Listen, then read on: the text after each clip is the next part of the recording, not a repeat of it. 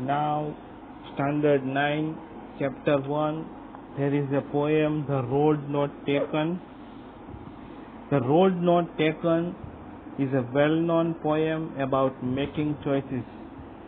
ये poem choices के based पे आधारित है. हम जो अपनी लाइफ में जो कोई रास्ते चॉइस करते हैं, and the choices that shape us, वही चॉइसेस हमारा घड़तर करता है.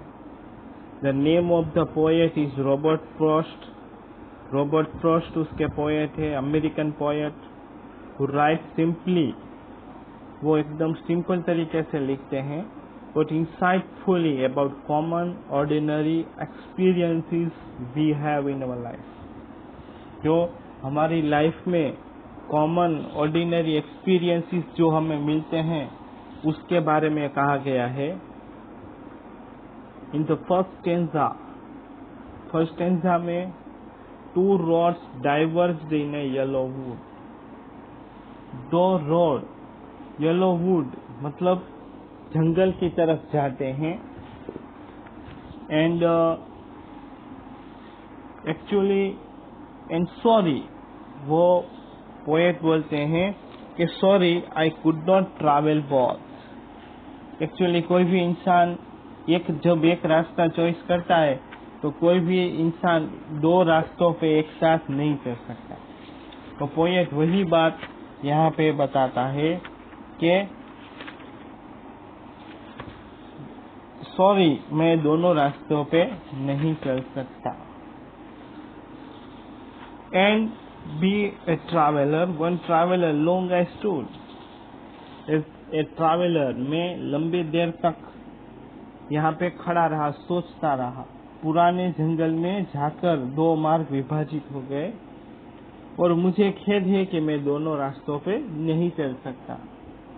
And look down one as far as I could. जितना हो सकता था मैं एक जगह खड़ा रहकर जितना हो सकता था उतनी देर जहां तक मैंने देखना शुरू किया, मैंने देखा. To where it bent in the undergrowth, कि वो रास्ता कहाँ जा रहा है. तो एक छोटे से जंगल में वो रास्ता मुड़ गया था. Then took the other just as fair.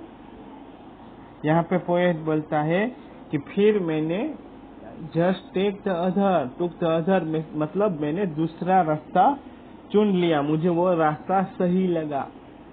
And having perhaps the better claim, मुझे वो रास्ता दूसरे रास्तों से अच्छा लगा. Because it was grassy and wanted wear, मतलब कि वो रास्ता अधिकतर घास वाला था. And wanted wear means not used by anyone, अभी तक उस रास्ते को किसी ने यूज नहीं किया था. Though as for that the passing that, हालांकि वो रास्ता दोनों रास्तों वो भी पास ही हो रहा था. प्रश्न है, had warned them really about the same, तो दोनों सड़कों को लगभग एक समान ही प्रयोग किया जाता था, ऐसा वो पोएट बोलता है. And now I am going into third stanza. In both that morning equally lay. सुबह में क्या होता है, दोनों रास्ते सेम तरीके के ही लगते हैं. सुबह में दोनों रास्ते सेम होते हैं. Why?